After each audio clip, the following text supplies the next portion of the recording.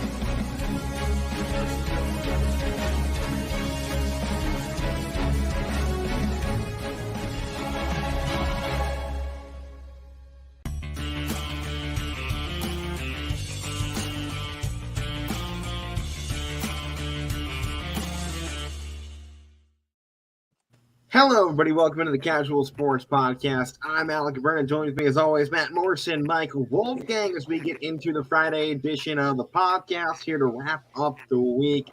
Crazy night of NFL draft last night. NBA is at full strength. Major League Baseball continues to bewilder our imaginations. And the NHL has solidified 8 teams in the West, 8 teams in the East, and they are ready to go come Monday. We got a lot to go over, folks, so let's start things out. High school baseball last night. Now, Matt, did you have any games last night here for high school? No games last night, but I do have a doubleheader today. All right, go ahead and talk about real quick what you got going on today. So we got Badger. Too. Yeah, so we got Badger versus Wyndham doubleheader. It should be a pretty good game. It's at least decent out. It's 60 degrees. I'm like, all right, it's about time. I want to call another game. It's been a week. It's been a week since I called last, so I was supposed to call, I believe it was Monday, and it was pouring, so I need to call another game. So it's nice I'm getting 2 back-to-back games. But another thing that's running through my head is that I have a generator to power everything. The generator lasts about 4 hours. So I have 2 games. I don't know where I'm going to charge it. Got to figure this out. Yeah, good luck with that one. Yeah, I'm still trying to figure that out.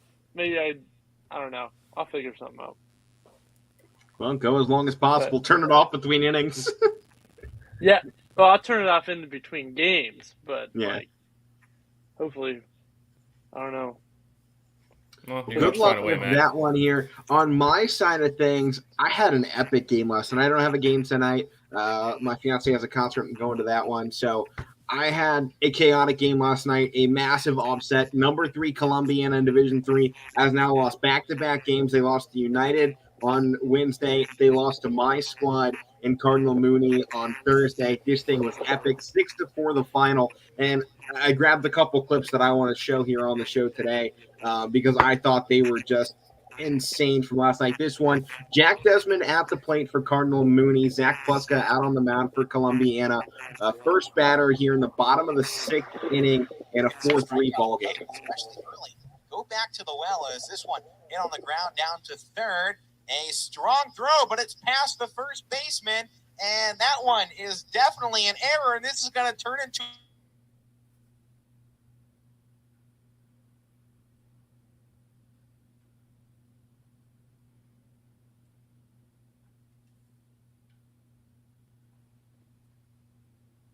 turned into a save there by Alex Eusebio, and I'm confused.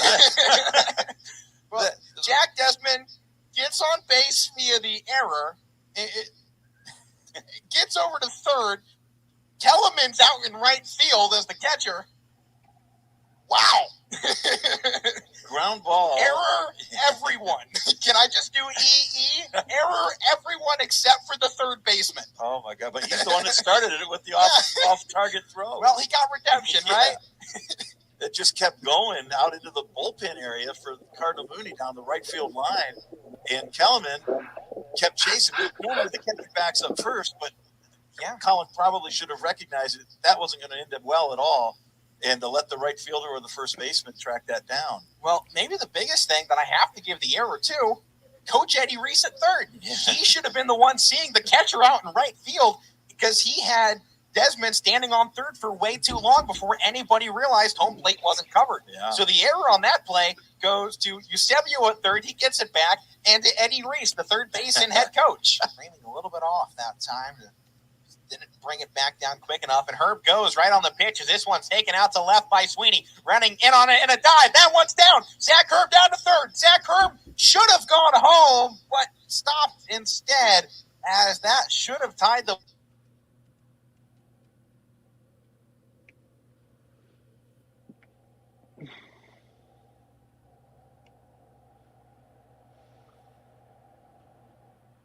Hello?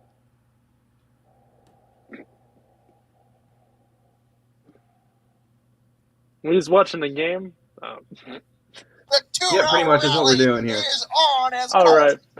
No, we're just watching this sixth inning because it was insane. Wow. Runs have come It looks across pretty the- insane. You- Second pitcher in, it's Alex. I was losing my mind the entire duration of this sixth Down inning. with 2 down in the inning. First pitch in there to Jeff Brenner, hit on the ground down to first, and a toss Brenner! instead of a run over. We'll do it here for the inning. So before I let you read off the stats, we will leave it at this. 2 runners left, stranded for Cardinal Mooney. Oh, hold on. I'm not sure what. Now, the thing that happened with this play is the umpire stated that Eusebio never steps on first base here for the out. So they bring everybody back onto the field. And if you go back and watch this instant replay, I've looked at it. Eusebio steps on first Runner is base. safe. The inning continues. So Another error. this was a mistake by the umpires that kept the inning alive in the bottom of the sixth. Oh, jeez. It would have ended the inning with bases loaded. Instead, Mooney gets another one off of this next play. Sabio, this Oh, one hit boy. right back up the middle over his head. Fielded, thrown down, not in time. Mooney gets another. Mooney fans, on the other hand, not so much. This And one that hit down finally the left side of the was infield, just the thrown end out of this that time. chaotic Put some inning. heat on it. Finally, a And good that throw will down there. finally end And off the craziest it half was inning in baseball. absolutely chaotic to see that game. I just wanted to share a couple of clips from that one and that amazing sixth inning. If you want the full clip out there, I think it'll be posted eventually here on YSN Live's YouTube channel. It's also available on my LinkedIn page. So if you go out there, Alek Koberna on LinkedIn, I have the full highlight reel clips from that game. It was an epic one, so I had to put something together for it. A whole lot of fun to call. Thanks to Joe Eusebio coming out there, joining me on the call for it. It was a real pleasure having somebody who had so much Columbiana Clippers knowledge to join me on that call. A real pleasure. So thank you to him one more time. And let's go ahead and jump out of high school baseball. That was a great one. Actually, one more thing. Saturday at Bob's Scene, 2 great games coming up on YSN. Cardinal Mooney back in action again. They have a doubleheader. The second game is against Canfield, which should be epic.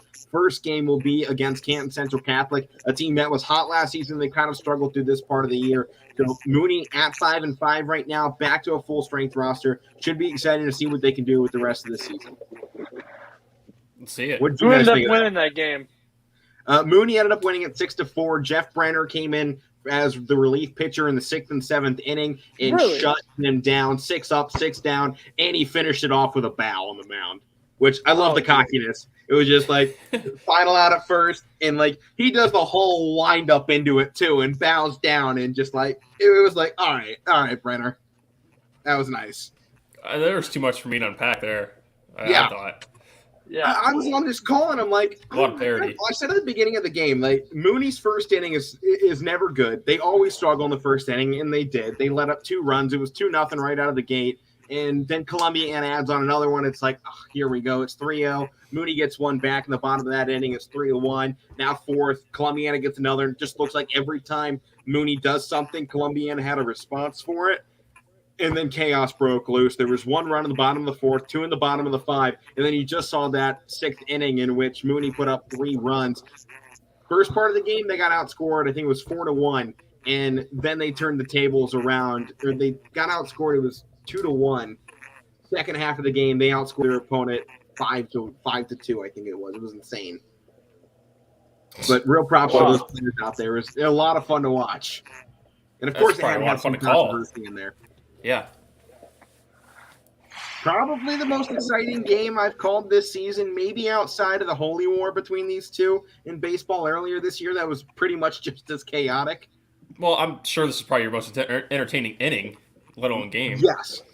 Well, on the end of that final call there, I just went, and that wraps up the most chaotic inning in the history of baseball.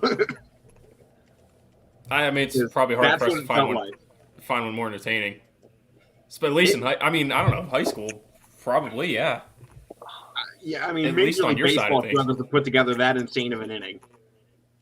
Well, I hope Major League players wouldn't put together that type of inning, but yeah, you never know. Well, the thing with that first play on that out where Jack Desmond gets tagged to the plate, so Kellerman, the catcher for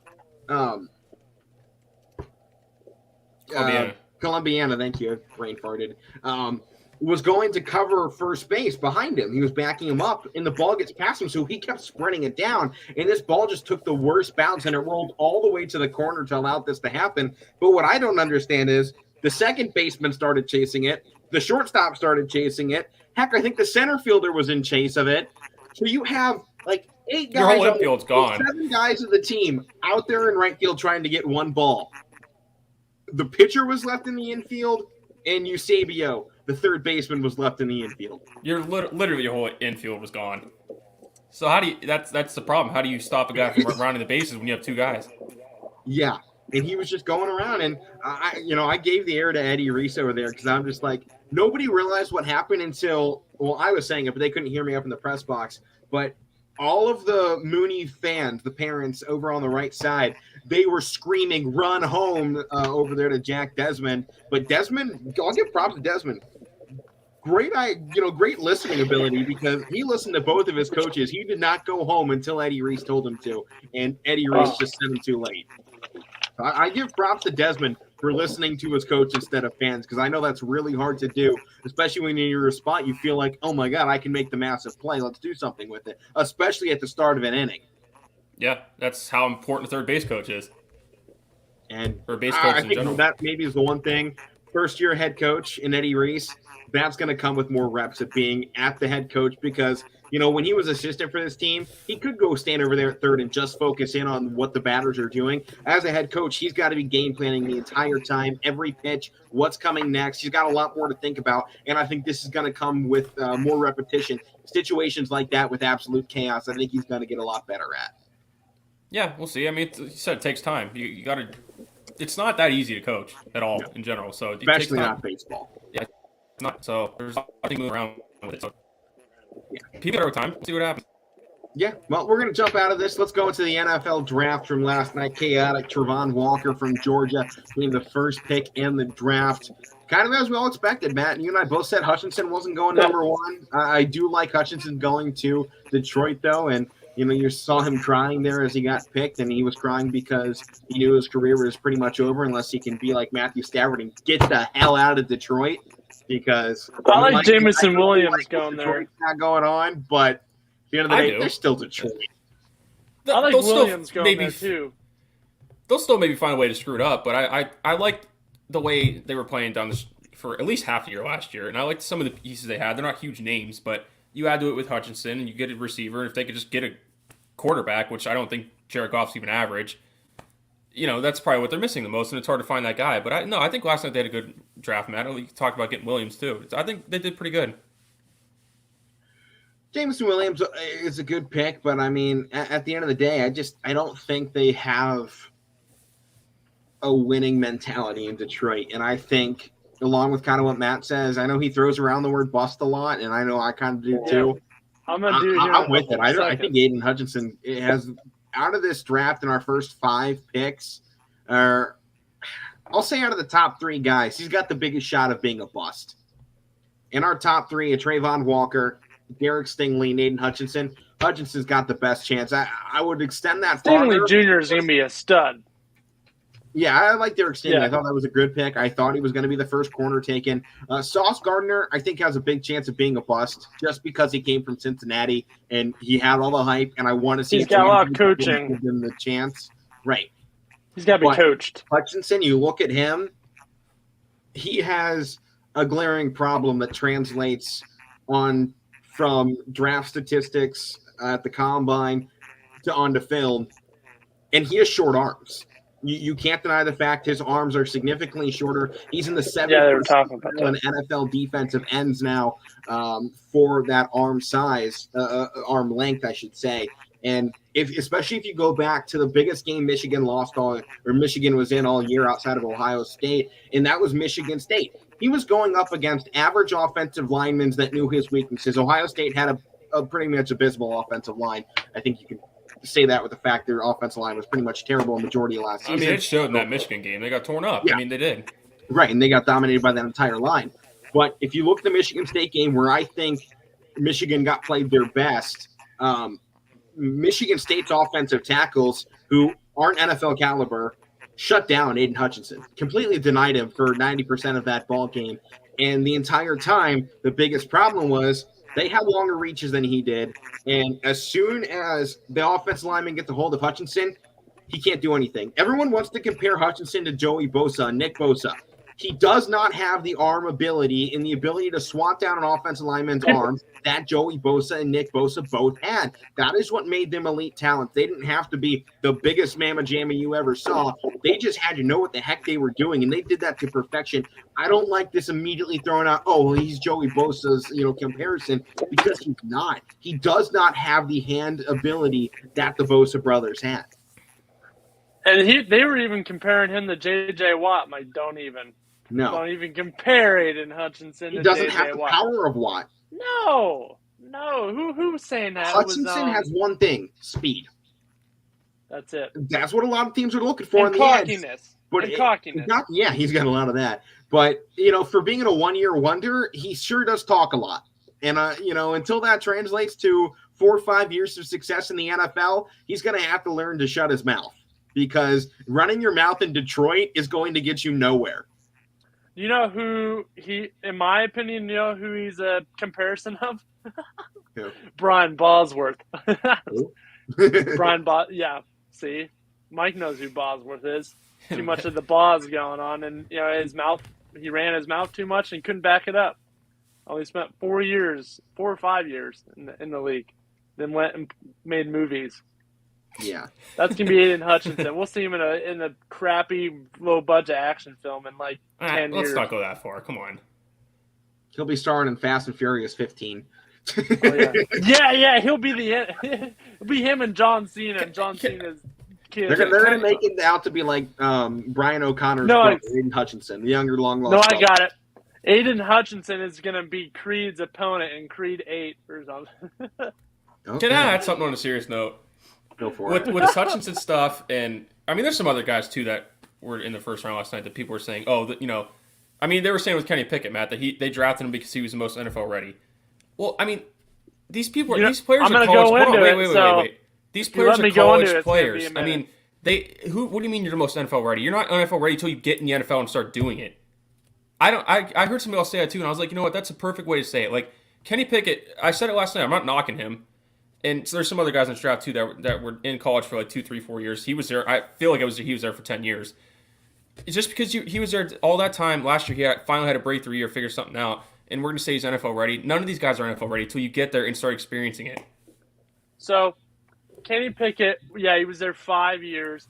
And honestly, I think you only pay attention to 3 out of the 5 years.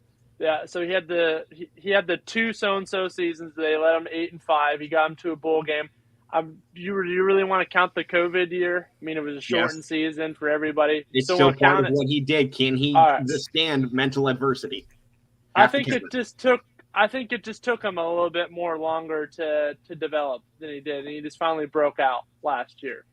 So that's keep in mind his breakout season came in maybe the biggest down year in the ACC. Exactly, that too. His best season is when the rest of the ACC completely crapped the bed. There was no Clemson in any sort of competition at any level that we had seen before. Wake Forest was mediocre. Boston College had pretty much nothing to offer. UNC was the biggest disappointment of the college football season by many standards, I think, outside of Clemson. It was.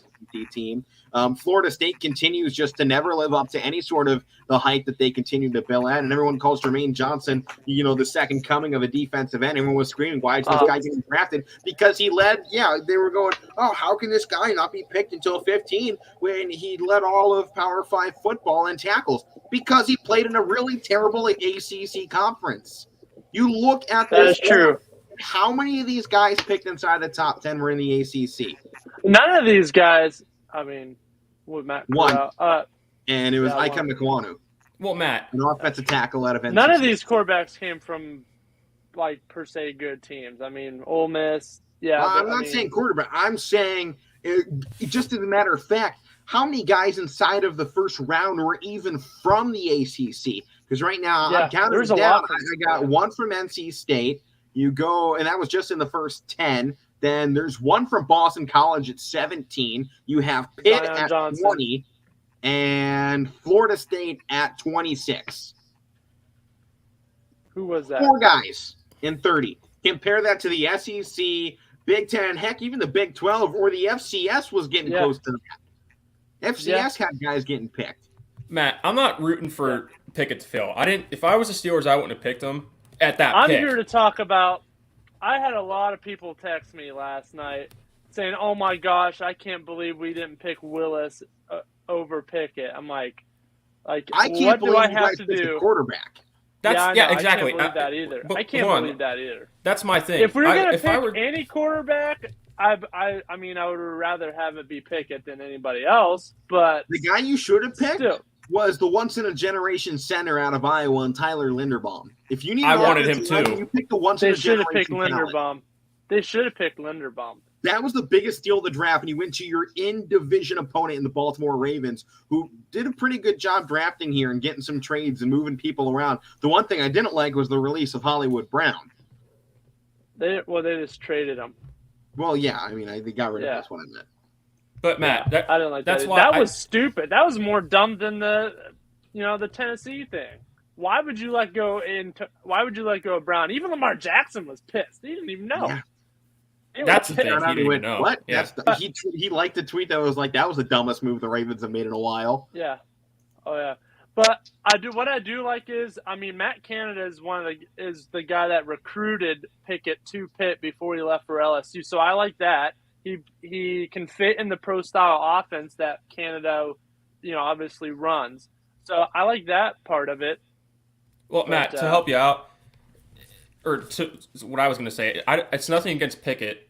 If I were the Steelers, I mean, he probably was the best out of the 4 or 5 there are. But yeah, I just wouldn't have picked him at 20 because what's their next pick? Do you know offhand?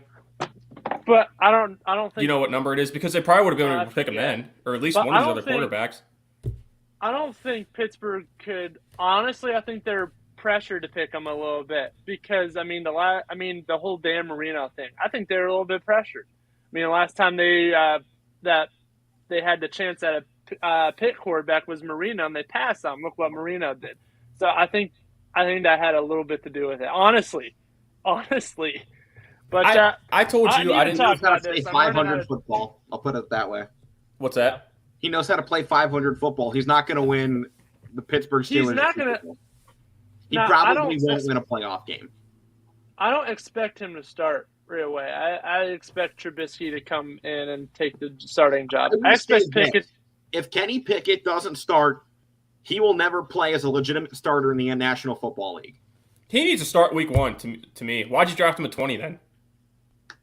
I know you bring in Trubisky, but Jordan Love is the greatest example of this. Yeah. They took him in the first round, and they said, we're going to wait till Aaron Rodgers is gone. Here we are 4 years later. Kenny Pickett is older than Jordan Love still by a whole year, by the way.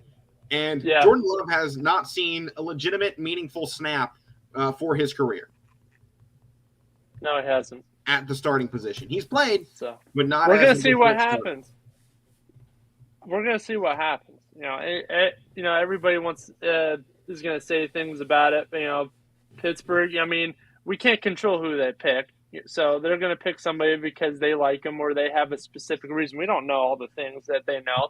So, I want to put this out there. As I was talking about how bad the ACC is, in the next 2, maybe 3 rounds, you're going to be lucky to see 4 ACC players taken in the rest of these next 3 rounds. Yeah. Today, you will hardly see any ACC players' names get called. Probably, yeah. You probably have a better chance of seeing the same amount of FCS players taken as being taken from the ACC. That is how bad this year was for them. They had no senior leadership. I'm going to look up the second round order because I don't know but it. Second I want to round talk about Willis here here for tonight. I a got it up. First is Tampa. Second's Minnesota. Third is Tennessee. Fourth is New York. Fifth are the Texans. Sixth are the Jets. Seventh is Chicago. 8 and 9 both belong to Seattle. The Colts have it at 10. Falcons are 11. Browns at 12. Ravens at 13, Lions at 14, Washington at 15, Chicago at 16, Saints at 17, Kansas City at 18, Eagles at 19, Steelers at 20, Green Bay Packers at 21, New England at 22, Cardinals at 23, Cowboys at 24, Bills at 25, Falcons at 26, Green Bay at 27, Tampa at 28, San Fran at 29, Kansas at 30, Bengals at 31, and Broncos at 32. Okay. Yeah, I just pulled it up, so I got it. Well, there you go. Well, Reading as it you off for were halfway everybody through, else. I was like, I got it. Yeah. Well, going into tonight, as we plenty to yell about here on first night. Yeah. Picks. I mean, they weren't terrible picks by any stretch of the imagination. No. But you look at what's going to be coming up here with the best available players left at this point. There are still 4 guys out there that are credited of having that first round grade on them. Nakobe Dean from Georgia, Malik Willis from Liberty, Andrew Booth Jr. from Clemson, and Breece Hall out of Iowa State. There's a lot of talk already that the top players to go to Tampa right now are either going to be Nakobe Dean or Breece Hall. I agree, Hall.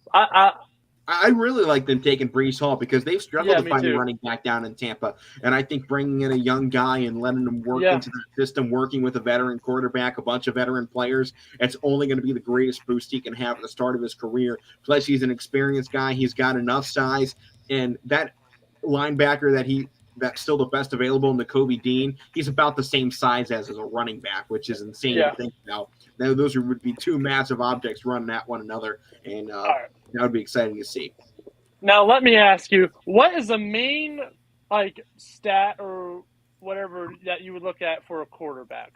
Like, what stat would you look at to determine if he could be good? One stat? Yeah. I'm looking at touchdown to interception ratio is a big one. I like that one, but how about the QBR rating while they're under pressure? I hate the QBR ratings. You hate the QBR ratings when they're under pressure? I just hate QBR. You get this one metric number, and nobody really knows what it means. You see a number, and you go, oh, well, that's a good number.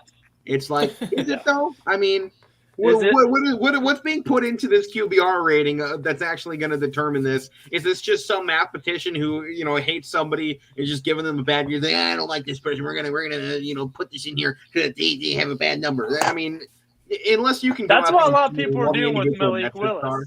What? That's what a lot of people are doing with Malik Willis. They're giving him a low under pressure QBR under pressure. I like the guy's got an arm. Pressure, build an offensive line. Yeah.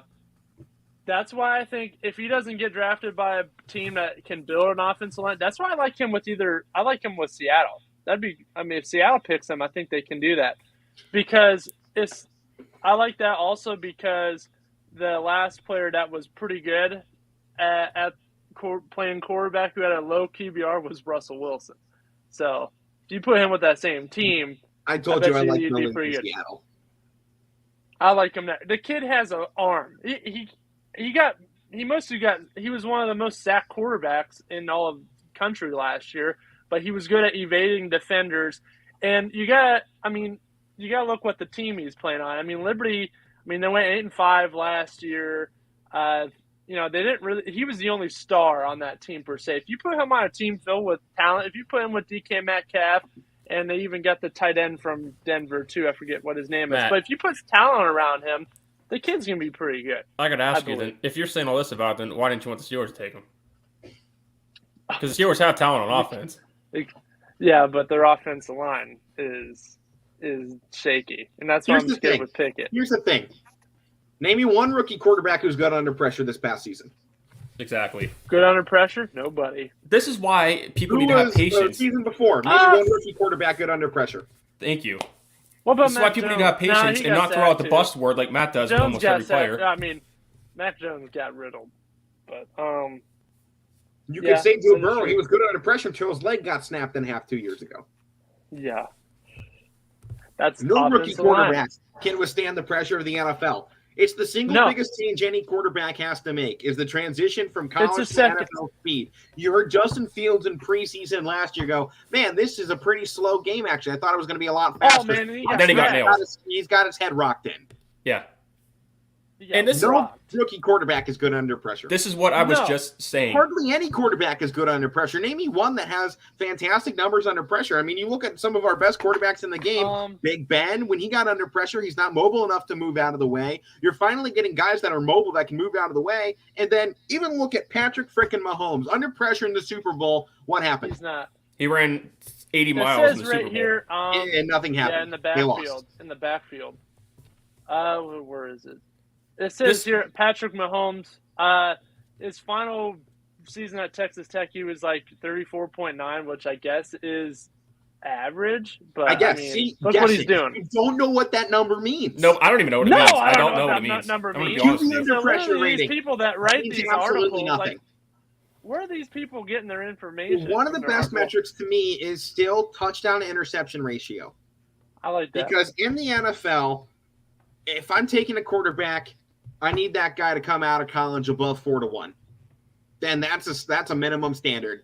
Kenny Pickett did that 1 year out of his college career, and that was his final year in which he had a touchdown interception ratio of 6-1. This is what I was saying, though. In a really terrible ACC. This is what I was saying. People need to have patience because, I'm tired of the term of saying NFL ready. Okay, Kenny Pickett was in college for 5 years, but like you just said, pass rush in the NFL is completely different.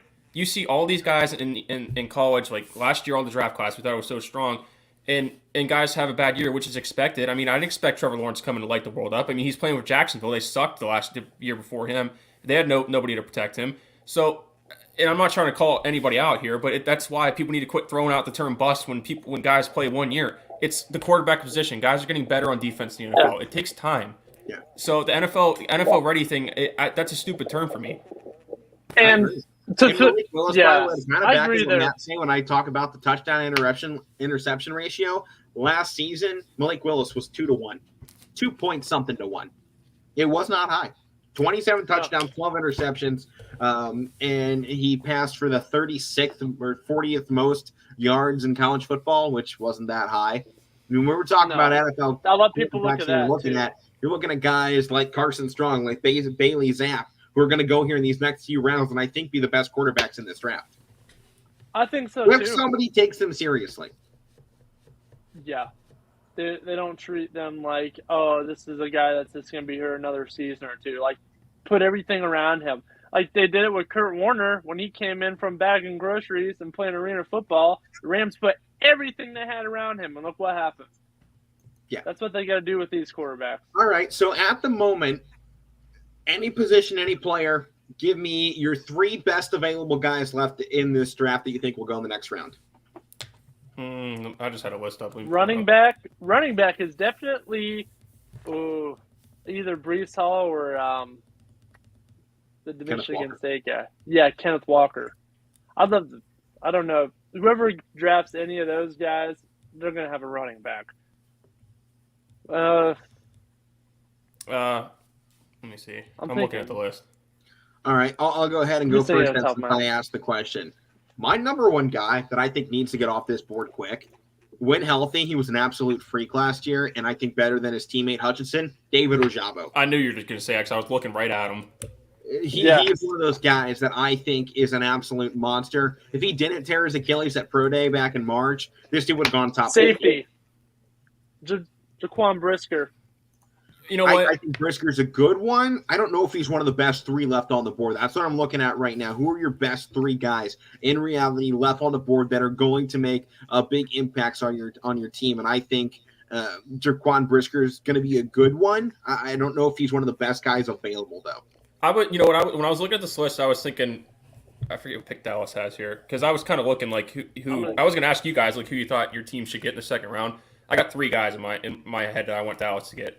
2 of them were Penn Staters. You might call me biased here, but David Ojabo was one of them. I know he was hurt, but he's definitely somebody I want Dallas to get. I would love if they can't get him, to get edge rusher like Arnold Ebiketie from Penn State, and if they can get safety help too, because you could always use that. You could always use that with Brisker. So those are 3 guys I would want Dallas to get in my team. Okay, I'll go ahead and answer that question. As a Cleveland Browns fan, knowing that we have terrible defense and our offense, I'm hoping, can do something this year now that we are putting pieces in place to do something with it, and hopefully they get to play. I would say we need defense. I think the biggest liability on every single football team is linebacker, and I would go ahead with that first pick at around 13 because I think he will, 12? I think he will slide. It's David Ojabo. That's number one. If we can't get him, then out of Minnesota, I went Boye Mafe. Yeah, that's a good one. I think he's great. I think he's going to be very talented. And outside of that, then I would probably go Andrew Booth if he's available. Booth. Yeah, I was going to say Booth. Yeah. Ebikite, if they want to go D-edge. I don't really like that one. But then I would say take your guy in Brisker. Because defensive backs were a liability for Cleveland because they kept getting injured. Yeah, that's true. And they, some of the guys that they have taken time to develop, so you can always take one of those. Yeah, some of them have taken a lot longer than they should have to develop. Yeah, for sure. Because you just had Denzel Warden coming out of his 4th season, absolute baller, pro bowler, and he signed a massive contract to stay in Cleveland. And then you have the other guy we brought in from LSU, I think the year after, whose name is escaping me because he's injured every season. Greedy Williams. I'm gonna think. Yeah. Yeah. Oh, was that last year? He's been injured like the last 2 years. Yeah, 2 years. I knew he was young. All right, I'm going to bail out of here. I got to get going. All right, Matt. Have a good call. Well, kind of being, I got some Steeler ties. A lot of my friends are Steelers. I'll go ahead and throw out who I think the Steelers should take, as they're going to have a pretty late pick down at 20. And I don't know, you look down there, who we got left in this? They do really need offensive linemen. I think that's going to be a big focal point. And you see here in the second round, you get the exciting picks out of the way early, right? You get those ones in that first round. You go, oh, who's going to make that impact? Then you go, all right, let's get serious here. What do we really need? What's the glaring holes that we need to address? And every year, Steelers need offensive line. The more you want to build up Najee Harris, the more you need an offensive line. The more you want to work the rookie quarterback, the more you need an offensive line. The more you want to bring in young wide receivers, young tight ends, the more you need an offensive line. The more you want to rely on your defense to win games, you need an offensive line. Football revolves around the offensive line. You can't win without it. And right now, I say they go offensive lineman, whether – I honestly think anybody probably in the top 6 guys of the offensive tackle, which is Bernard Raymond, Abraham Lucas, Nicholas Petit-Frere, Luke Goodecki, Daniel Fa'alele from Minnesota, and Rasheed Walker. I like any of those guys at the offensive tackle position, but I still think you got Sean Ryan from UCLA, an offensive guard, has not gotten picked up yet. I think he's really good. I think he's got a high potential. I like Dylan Parham out of Memphis. I think he could do something. And Darian Kennard out of Kentucky as an offensive guard. And I still like to see these guys look at Cameron Jurgens, center out of Nebraska. It's got to be offensive line for the Steelers in this round. I agree, and that's one thing I was looking at too. If they weren't going to go quarterback or with that pick at 20, because there was some bigger name. Right, they didn't go quarterback. Now they have to go offensive line. Oh yeah, for sure, and I think they needed it anyways because they tried to address it last year. I mean, the year before you lost some guys to retirement, and you try to bring in guys like Trey Turner. Villanueva out, and you try to bring in guys like Trey Turner and Kendrick what the heck's his name? His last name is Green, but I forget his first name. But no, I mean they played well last year, but they're still young guys. You always can beef it up, especially you just pick a younger quarterback at 20. I don't know when he's going to play, but you have to be ready for when he comes in. But another thing too, if they don't go offensive line, which I agree with you, I think they should do that their next pick, depending on who's available. But they can always use more defensive help too. I know their defense is one of the better ones, but it showed some cracks last year. They could probably get another edge rusher, get someone on the defensive line because, I mean, Cam Hayward's getting older. He's not going to be there forever. And they could always get better at secondary. So, I mean, if they don't go offensive line, those are some possibilities. But I agree with you. They should do that, especially since they just picked Pickett. I'll counter that then. If they don't go offensive line, I think they go wide receiver because I don't like their depth. They keep not really knowing who's going to be who. Claypool looked like he was going to be the guy. Then he kind of slowed down. Now it's Pat Freiermuth, but he's the tight end spot. How much are you going to be able to really rely on a tight end to carry you most of the way down the field? You need to have a solid wide receiver room, and I think that's where you get a second-round pick. Along the lines, John Mechie, if he's available, I think would be a very fun guy to see with Kenny Pickett. A lot of speed. He tore his ACL in the SEC championship game. Still a lot of talent there. Alek Pierce, if you want to throw in maybe a little bit of a wild card, he's pretty good at that 50-50 ball, and I know Pickett likes to go for him. I don't know how much they're going to let him. Other than that, David Bell out of Purdue, I think, is going to be one of the biggest steals. Yeah, for sure. But I said it yesterday. I'll say it again today. I really like that pick. And somebody I think that's going to fall really far in this draft, and I think will probably be a late round steal, probably 6th, 7th round, Justin Ross out of Clemson. Oh, yeah. That's another name I forgot of. There's a lot of names you forget of when it gets to this point. When it gets to 2nd, 3rd rounds, you're like, oh, this guy was like one of the better guys with his team last year. But he was a really great guy when you look at when he was working with Trevor Lawrence. Then he has, a season with DJ Uiagalelei, and people forget about him, and he crashes and burns when they have a terrible season. Yeah. But, I mean, getting back to the offensive line, though, at this point in the draft, I mean, all your pretty much your bigger ones went, like the guy from Iowa and other people too. So you're going to get to a point where in this draft where you're going to be looking at these guys like, hey, they need some discipline issues. They need coached up the right way. I mean, I know we were seeing that in the first round. They were criticizing everybody on, this is a penalty liability. It's offensive line. You're dealing with freaks coming at you. I mean, you have to. I mean, that's just going to happen. But I mean, to talk about what the guy the Cowboys took last night, Tyler Smith, but that stuff can get corrected. But it's just a matter of when it's going to happen, because especially if you're a team that has a young quarterback, you're going to have to get that corrected right away. But that's going to be the problem with the Steelers, or anybody that's going to be taking an offensive line at 2nd, 3rd, 4th round. So they're just going to have to keep that in mind. Yeah. Well, we'll get to see rounds 2, 3, and 4 tonight. Should be exciting, at least you hope, for all of our teams involved here. 5, 6, and 7 at Saturday. That one we broadcasted earlier in the day. All those on ESPN if you want to watch them. I know I'll probably try and get to them after my event here tonight.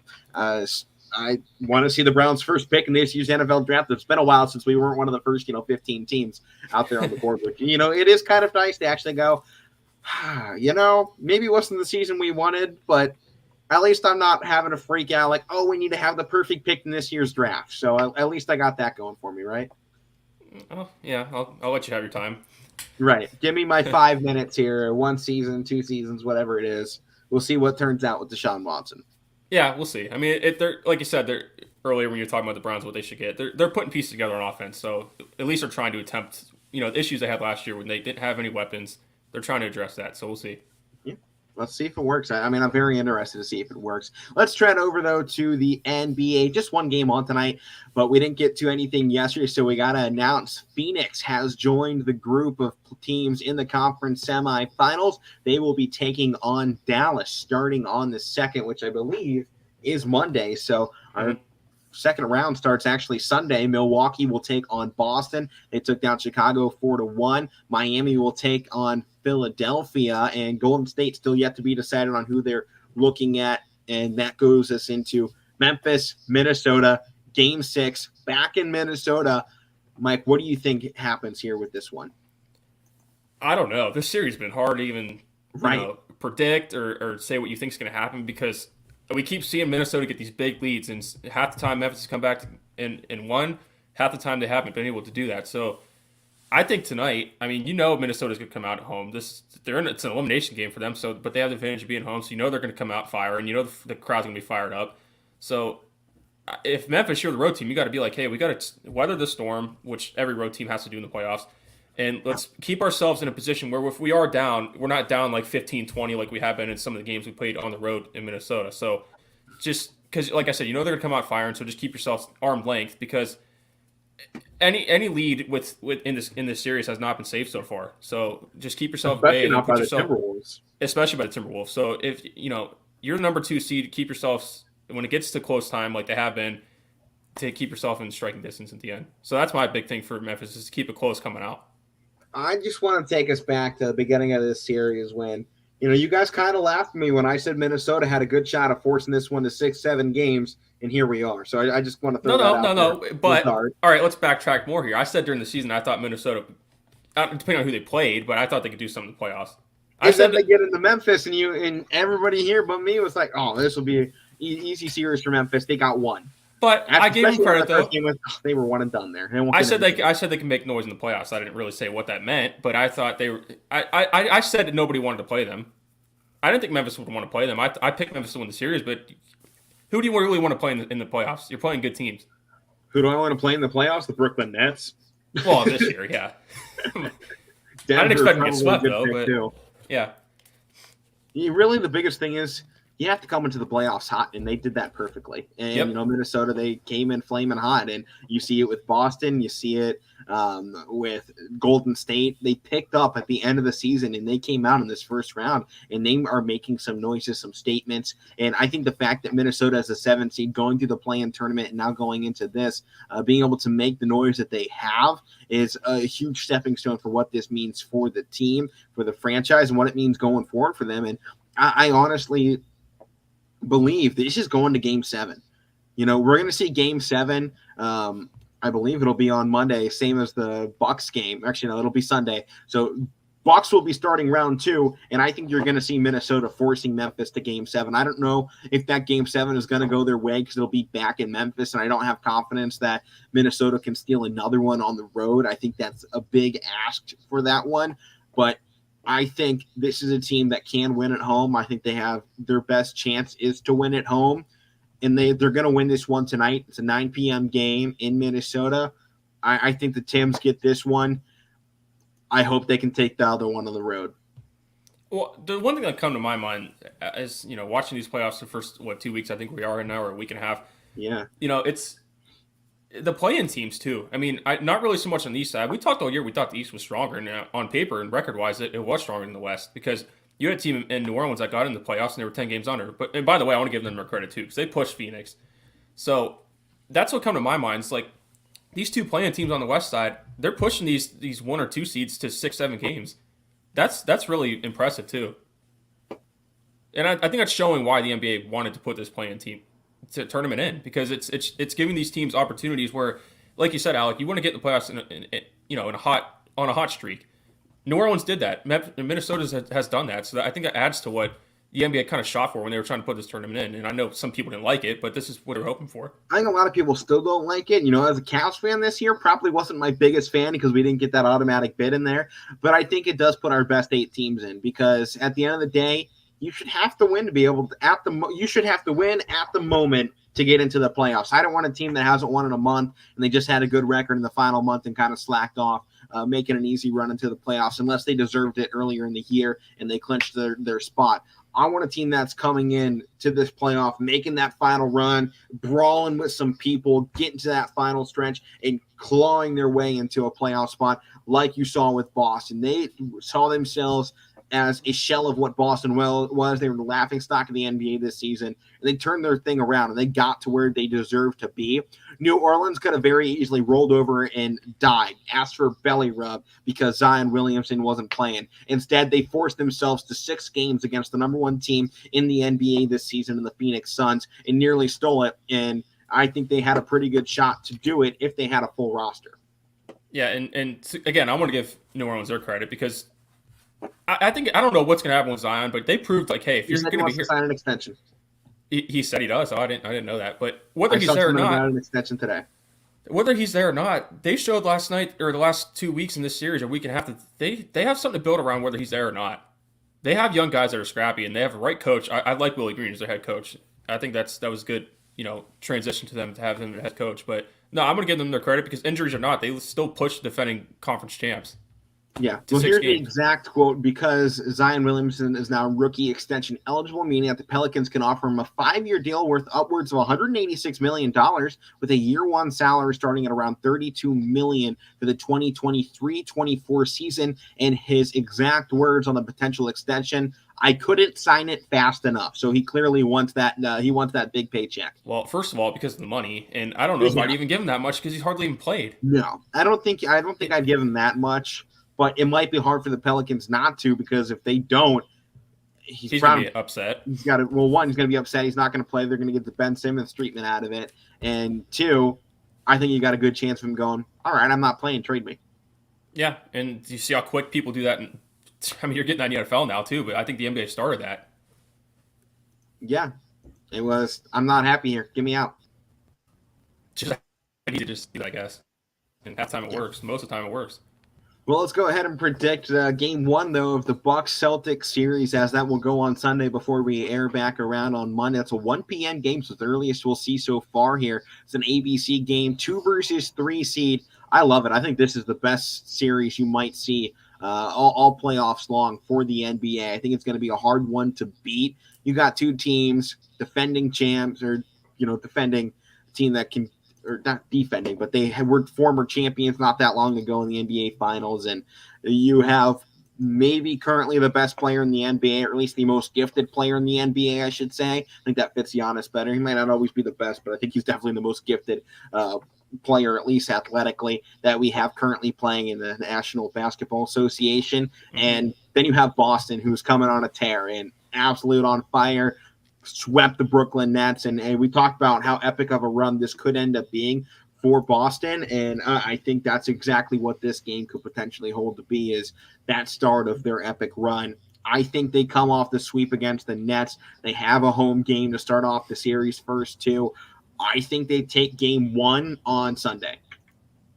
I'm going to agree with you there and say they take game one, but I told Matt the other day, I still think the Bucks are going to win the series. I think it's at least going to go 6. I think it's possible to go 7. But I hope it goes 7. This feels like something that should. Oh yeah, it should definitely. I think it's what we all want. It should go. It should go 7. But with Boston, I'm not discrediting anything.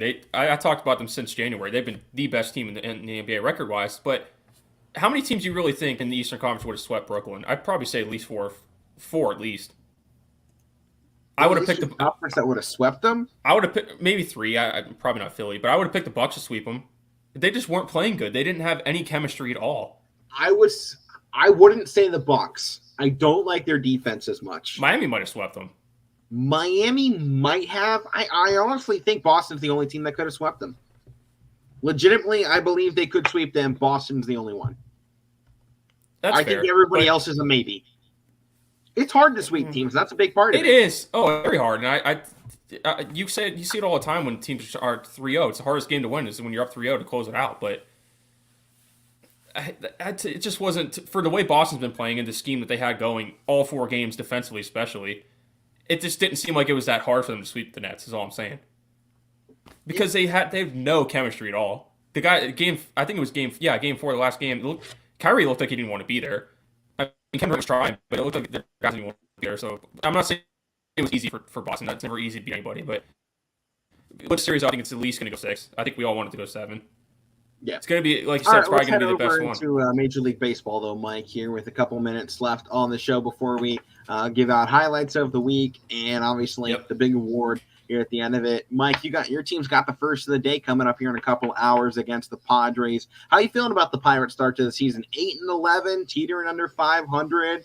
Maybe not the worst start, but the differential's got to change around. They got to find a way to put runs on the board because they have not been able to do that. And they keep allowing a lot of runs on the other side. One of the highest marks in baseball this year. I believe the second highest at the moment, or third highest. Well, the problem is they give a lot of runs at the beginning of games. The first 1 or 2 innings, they give a lot of runs. I mean, they've showed that they've been able to scrap out runs and get themselves back into games. And they've come from behind. They're 8 wins, like almost all of them. I feel like are coming from behind wins. But 8-11, I guess I'll take it. They should have won the last 2 games. They literally gave them away. Yesterday they were up 2-1.